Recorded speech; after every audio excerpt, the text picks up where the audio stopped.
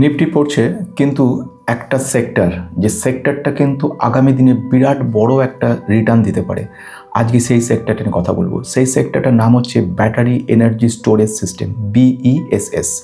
এই বিইএসএস সিস্টেম বন্ধুরা, গ্লোবাল যে ডিমান্ড রয়েছে $100 বিলিয়ন ছাড়িয়ে যেতে পারে। বিশাল বড় একটা জগৎ রয়েছে। ইন্ডিয়ার ঠিক 2030 সালের মধ্যে 236 জিগাওয়াটের একটা বিশাল বড় ডিমান্ড রয়েছে। এখন প্রশ্ন আসছে, এই বিইএসএস মানে একটা ব্যাটারি এনার্জি সিস্টেম, এই যে ব্যাটারি এনার্জি স্টোরেজ সিস্টেম, এটার কাজটা কি? সিম্পল, এর কাজটা হচ্ছে একটা স্টোরেজ, অর্থাৎ এনার্জিটাকে স্টোর করা হবে। এনার্জি স্টোর বলতে সোলার সেল থেকে তো সূর্যের আলো থেকে আমরা রিনিউয়েবল এনার্জি তৈরি করছি, সেগুলো রাখবো কোথায়? তো সেই কারণের জন্য বিইএসএস উদ্ভব। ডেটা সেন্টারে তো আমরা দুরন্ত গতিতে এগোচ্ছি, কিন্তু স্টোর করে রাখার পরে আনইন্টারাপ্টেড পাওয়ার সাপ্লাই আসবে কোথা থেকে? সেখানেও লাগছে বিইএসএস। আমরা যে আর্টিফিশিয়াল ইন্টেলিজেন্স চিন্তা ভাবনা করছি, সেমি কন্ডাক্টর টেকনোলজির কথা ভাবছি, সেখানে হিউজ লেভেলের একটা পাওয়ার লাগবে, যে পাওয়ারটা দরকার পড়বে পাওয়ার জেনারেশন থেকে। কিন্তু পাওয়ার জেনারেশনে আসার মাঝখানে বসে রয়েছে বিইএসএস। বিইএসএস না থাকলে সে সমস্ত কাজগুলো বন্ধ হয়ে যেত। আমরা জানি এটা, যে আগামী দিনে অর্থাৎ 2030 সালের মধ্যে ইন্ডিয়া রিনিউয়েবল এনার্জিতে 500 জিগাওয়াটে পৌঁছতে চলেছে। কিন্তু সেটাই কিন্তু শেষ নয়, সেটা সবে শুরু। অর্থাৎ যে গতিতে অগ্রগতিতে ওপরে উঠছে, তার মাঝখানে হচ্ছে 500, তারপরে 1000, 1500, 2000 একটা বিশ্বের মধ্যে শ্রেষ্ঠ জায়গায় পৌঁছানো দরকার। আমরা পপুলেশনে একটা শ্রেষ্ঠ জায়গায়, এখন পপুলেশন মানে ডিমান্ড বেশি মানে শুধু ডোমেস্টিক ডিমান্ড দিয়েই আমাদের বিরাট বড় কাজ হয়ে যাবে, আমাদের বাইরের কথা ভাবতে না হলেও চলবে। তাহলে আজকে এই পার্টিকুলার ভিডিওতে খুব গুরুত্বপূর্ণ ইনফরমেশনগুলোর সঙ্গে কথা বলবো এমন একটা কোম্পানিকে, যে কোম্পানিটা এই মুহূর্তে বিরাট কিছু না, কিন্তু কোম্পানির এমন কিছু বিষয় আমি ধরিয়ে দেবো যেগুলো জানলে ঠিক স্মল ক্যাপ লেভেলের এই কোম্পানিতে ইনভেস্ট করে একটা লং টার্মে একটা বিশাল রিটার্ন পাওয়া কিন্তু অসম্ভব নয়।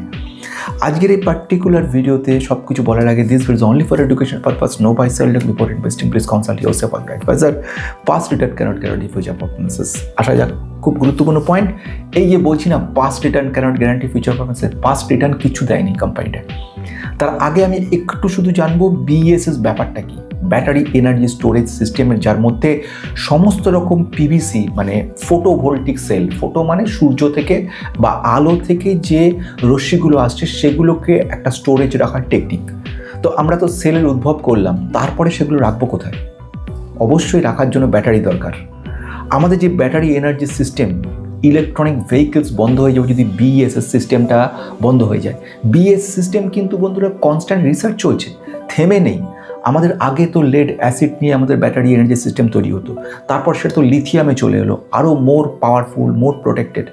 সেখানে কিন্তু থেমে নেই, আমরা আরও এগিয়ে গেছি লিথিয়াম পলিমার দিকে, লিথিয়াম ফসফেট আরও পাওয়ারফুল, আরও লংজিভিটি, এবং রিচার্জ টাইম যদি লেড অ্যাসিডে বলি 8 ঘন্টা লাগে একটা ইভিকে চার্জ করতে, ঠিক 4 ঘন্টার মধ্যে তৈরি করে দিচ্ছে লিথিয়াম আয়ন। আর লিথিয়াম ফসফেট যদি বলি আরও সাংঘাতিক, 2 ঘন্টা।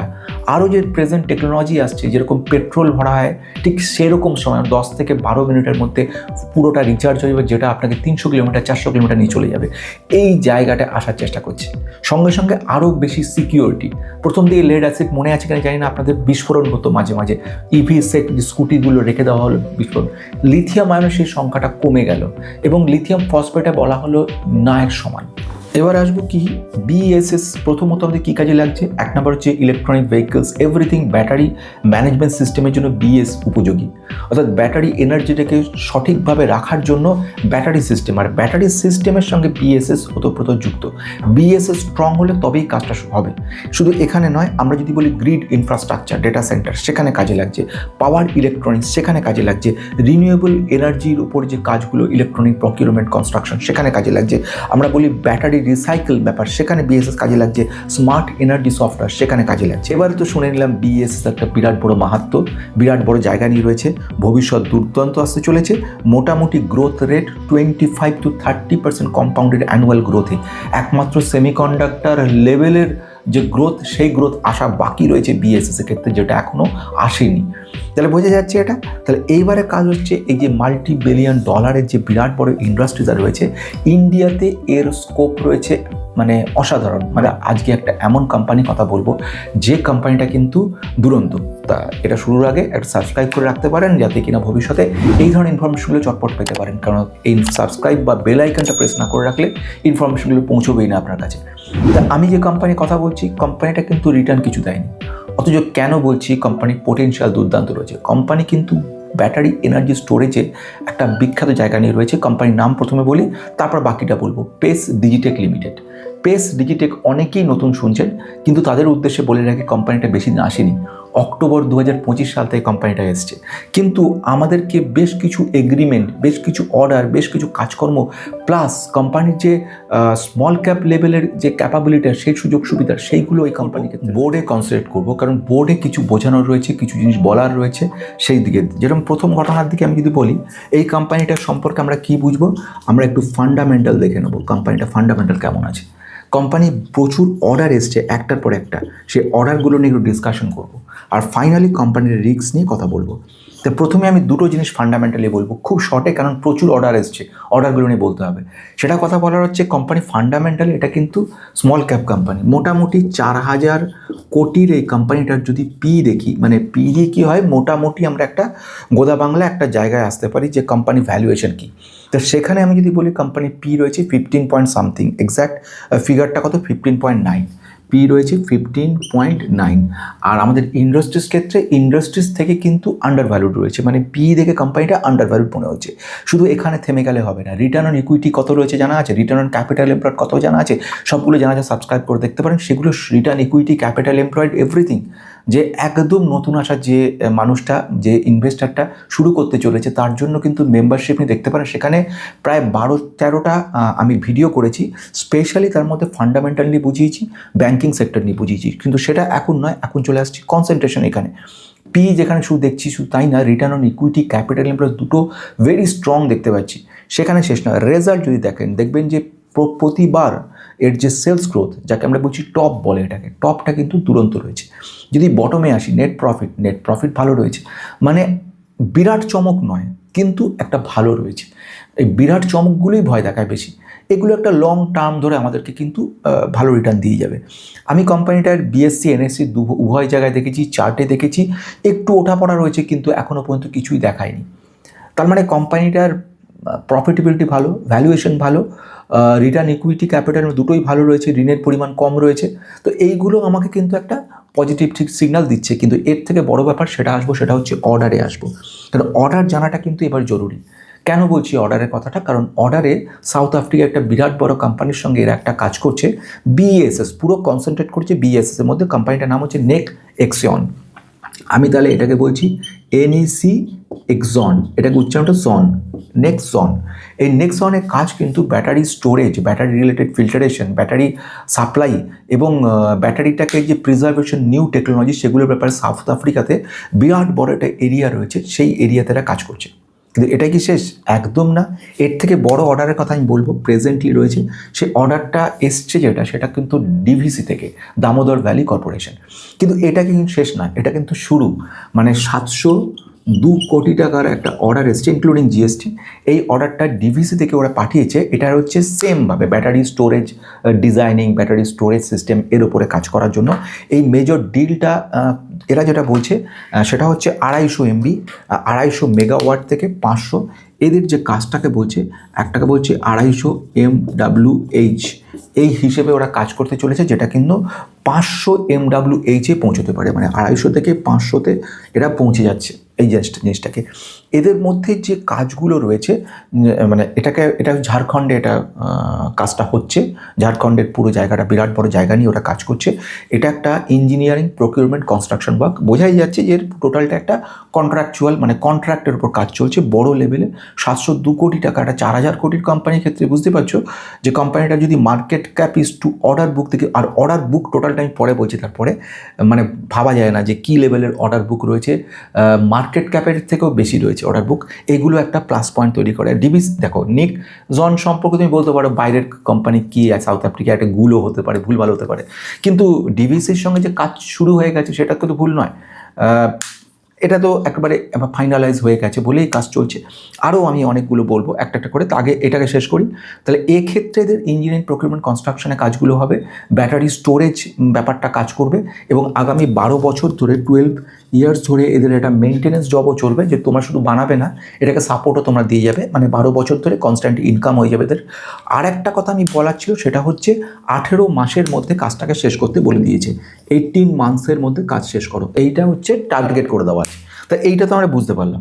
তাহলে এখানে আরও কিছু কথা বলার রয়েছে, সেটা হচ্ছে একটা ঘটনা, এই অর্ডারটা কিন্তু শেষ অর্ডার নয়, এই অজস্র অর্ডার এদের সঙ্গে রয়েছে, একটা একটা করে অর্ডার, ম্যাক্সিমাম অর্ডার কিন্তু রিনিউয়েবল সোলার যে এনার্জিগুলো রয়েছে সেগুলোকে এদের মানে গ্রাউন্ড লেভেলে স্টোরেজ ব্যাপারটা এরা দেখছে, এবং এ ব্যাপারে এরা স্পেশালাইজড। বিএসএসের ভালো ভালো কোম্পানি রয়েছে, এক্সাইড রয়েছে, আমার রাজা ব্যাটারি রয়েছে, এরা সব বড় বড় রয়েছে। কিন্তু স্মল ক্যাপ যার পোটেনশিয়াল ক্যাপাবিলিটি বড় রয়েছে, সেগুলো যদি বলি তাহলে এই কোম্পানি রয়েছে। এবার আসছি অর্ডার বুক, মানে এক্স্যাক্ট অর্ডার বুকটা আমি যদি বলি, এক্স্যাক্ট ফিগার আমি যদি বলি, তো এর ফিগারের পরিমাণটা হচ্ছে অর্ডার 5,814 কোটি, 5,814.74 ক্রোডস, তার মানে 4,000 কোটির মার্কেট ক্যাপের প্রায় ডবল নয়, কিন্তু তার থেকে বেশি রয়েছে, মানে 4,000-এর বেশি, 5,814 কোটি রয়েছে অর্ডার বুক। তার অর্ডার বুক থাকা মানে কি, এই অর্ডারগুলো এক্সিকিউশন হবে, মানে 4,000টা আস্তে আস্তে গিয়ে 20,000-এ পৌঁছবে। 4,000 যখন 20,000-এ পৌঁছবে, ইনক্লুডিং পি যখন লো রয়েছে, এই কোম্পানির রকেট হওয়াটা শুধু সময়ের অপেক্ষা। নো বাই সেল রেকমেন্ডেশন আমি কিন্তু সবসময় বলি, এবং যারা সেই সময় আমি নিয়েছিলে বেশ কিছু কোম্পানি, কথা জোম্যারি এনার্জি, ইনফ্যাক্ট আমি তো কিনি, যখন আমি বলি এবার প্রশ্ন আসবে আপনি কিনবেন কিনা, সেটা পরে বলবো, কিন্তু আগে যেটা বলা সেটা হচ্ছে এই মুহূর্তে এই জায়গায় দাঁড়িয়ে আছে বেশ। এবারে সেকেন্ড প্রশ্ন চলে আসে, রিস্কটা এবার তাহলে বলুন। রিস্কটা অবশ্য বলবো, তার আগে এক ছোটো করে বলে রাখা দরকার, এই ধরনের কোম্পানিগুলোর ক্ষেত্রে কখন আপনি কিনবেন, এইটা কিন্তু অনেক সময় প্রশ্নটা আসে। আমি কিন্তু অদ্ভুতভাবে ব্যাপার চিন্তা করি। আমি সবসময় বলি কি, ভ্যালুয়েশন দেখো, ভ্যালুয়েশনে বিরাটভাবে দেখার দরকার নেই, অনুবীক্ষণ যন্ত্র নিয়ে ক্ষুদ্রতম জায়গায় যাওয়ার দরকার নেই। আমার অনেক এরকম মেম্বার আছে বা আমার এরকম ক্লায়েন্ট রয়েছে যারা পুরো এক্স্যাক্ট ফিগার চায়, যেরকম 1,014 টাকা 40 পয়সা কি 1,021 টাকা 10 পয়সা, ব্যাপার তা কিন্তু না, ব্যাপারটা কিন্তু বোঝার আছে। ব্যাপারটা আমার কনসেপ্টে আমি বোঝাচ্ছি, এখানে এক একজনের কনসেপ্ট একসময় অনেক সময় মিলবে না অনেকের সঙ্গে। আমার বক্তব্য হচ্ছে, এই হচ্ছে চার্ট, এই উঠছে, এই পড়ছে, আবার উঠছে, আবার পড়ছে, এই উঠছে, আবার ডাউন হয়ে এতটাও পড়তে পারে, এরকম জায়গায় যেতে পারে। তো এই জায়গাটা জিরো হয়ে যাবে না, তাই জন্য এটাকে একটু বড় করে দিই, সুবিধা হয়, বুঝতে সুবিধা হবে, এরকম জায়গা আছে। তাহলে আমি এখানেও কিনতে পারি, এখানে কিনতে, এখানটা আমি জানি না, সম্ভব না বোঝা, বটম বোঝা কারো সম্ভব না, এরকম জায়গায় কিনতে পারি, আবার আমি এরকম জায়গায় কিনতে পারি। আমি এই জায়গাগুলো বুঝবো কী করে?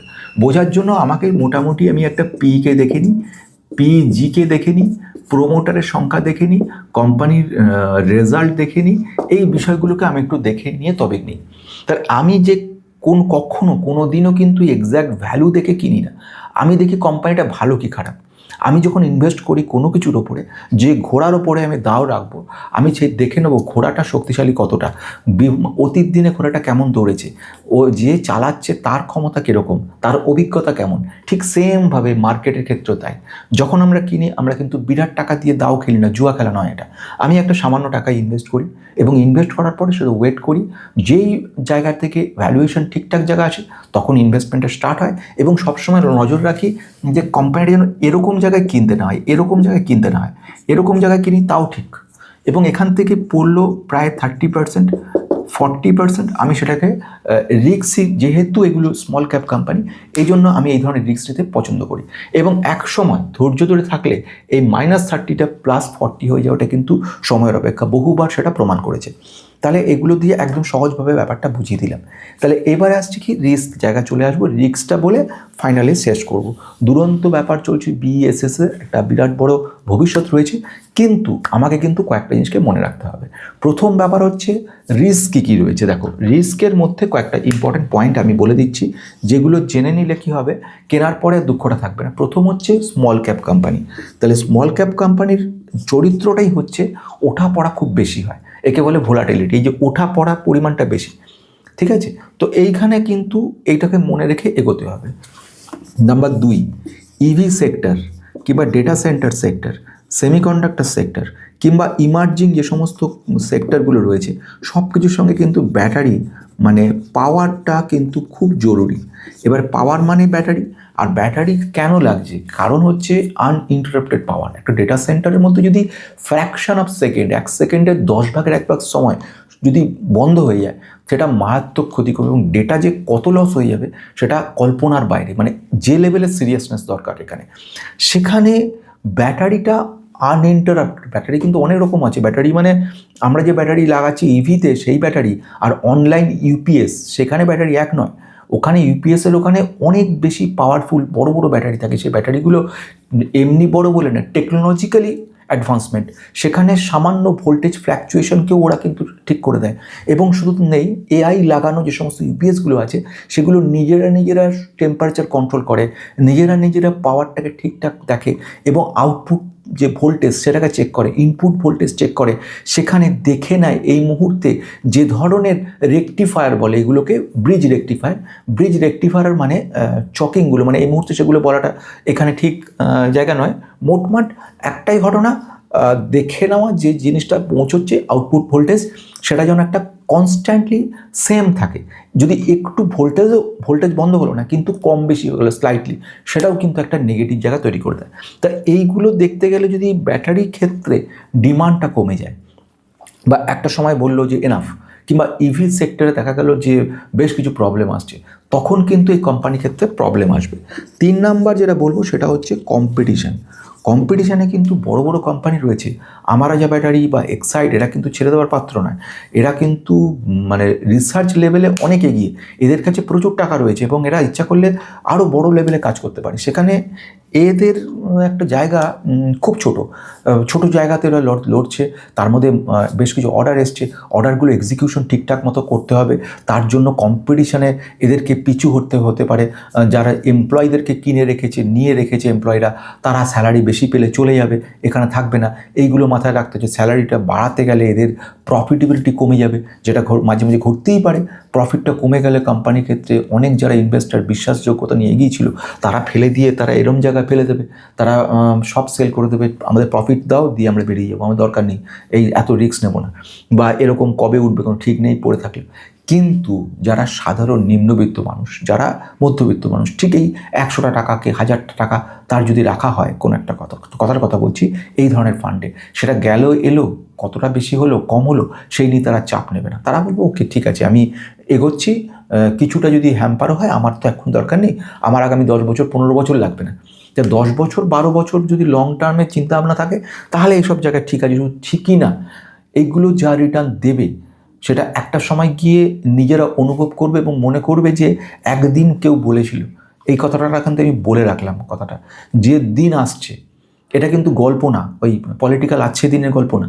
এই দিনটাকে নিজেরা ভাবুন, নিজেরা বুঝতে পারবেন আমি কোথায় আছি। আমি একটা গরিব মানুষ, পড়ে রয়েছি নিচের দিকে, কিন্তু আমার পোটেনশিয়াল সাংঘাতিক রয়েছে, অর্ডার প্রচুর রয়েছে, আমাকে স্কোপ প্রচুর রয়েছে, আমার রকেট হওয়ার সম্ভাবনা।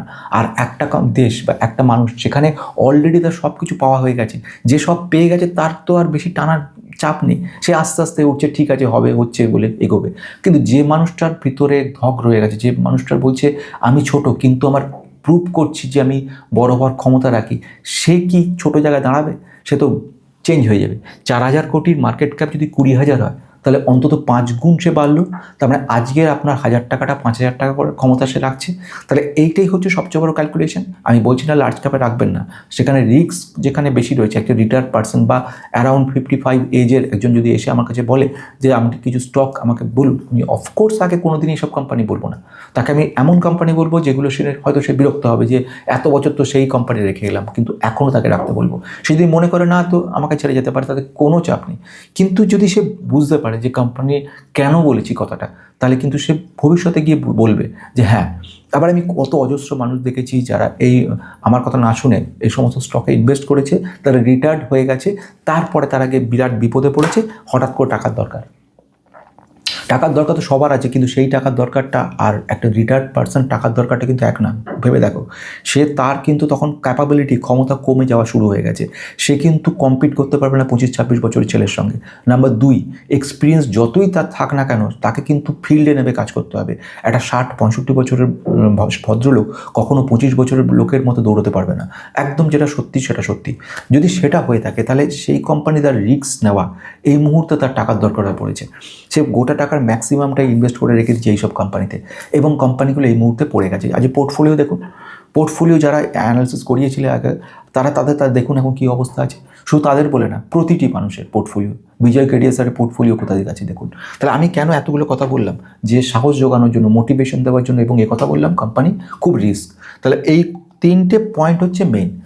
এছাড়া ছোটো আরও 2-4টে পয়েন্ট রয়েছে। যেরকম ছোটো পয়েন্টের মধ্যে আমি নিজস্ব আমার মতামত যেটা, এদের একটা গ্লোবাল রিস্ক তৈরি করছে কোম্পানিটা। বিএসএস কিন্তু ছোট্ট জায়গা না। সাউথ আফ্রিকায় যে কোম্পানিটা ওদের সঙ্গে জয়েন করেছে, যদি ওখানে ডিমান্ডটা কমে যায়, এমন সিচুয়েশন তৈরি হয় যে খারাপ কিছু সিচুয়েশন, তাহলে পরে এদের হ্যাম্পার হয়ে যাবে। ইউএসএতে এদের জায়গা, সেখান থেকে কাজকর্ম বন্ধ হয়ে যাচ্ছে। সো এইগুলো কিন্তু গ্লোবাল রিস্ক তৈরি করছে, এটাও কিন্তু মাথায় রাখতে হবে। তার আজকে আমি যে কোম্পানিটার কথা বললাম, দুরন্ত কোম্পানি, সুযোগ সুবিধা বিরাট রয়েছে, কোম্পানি ফান্ডামেন্টালি স্ট্রং রয়েছে। এবারে যেটা বলা দরকার ছিল সেটা যে রিস্ক, সেটা বললাম। অর্ডার লেভেল হিউজ রয়েছে, ভবিষ্যতে আরও বাড়তে পারে। প্রচুর অর্ডার এসছে, 700 কোটির অর্ডার প্রেজেন্টলি রয়েছে। এবং যেহেতু বিএস সেক্টরের ভবিষ্যতে বুম হওয়ার সম্ভাবনা রয়েছে, তাহলে এই কোম্পানিটারও ভবিষ্যতে বুম হওয়ার সম্ভাবনা রয়েছে। বড় বড় কোম্পানিগুলো যারা বিএসএসে রয়ে গেছে, এক্সাইট সেগুলোর বৃদ্ধি বিগত 10 বছরে যারা ইনভেস্ট করে তারা জানেন যে কিছুই পায়নি ডিভিডেন্ড ছাড়া। কিন্তু যদি আমি বলি এই কোম্পানির ক্ষেত্রে, সেখানে কিন্তু এদের একটা স্কোপ রয়েছে। তাহলে যেরকম রিস্ক রয়েছে, রিওয়ার্ডও সেরকম রয়েছে, পুরস্কারও রয়েছে এবং ভয়ও রয়েছে। দুটোকে নিয়ে কিন্তু মার্কেটে চলতে হবে।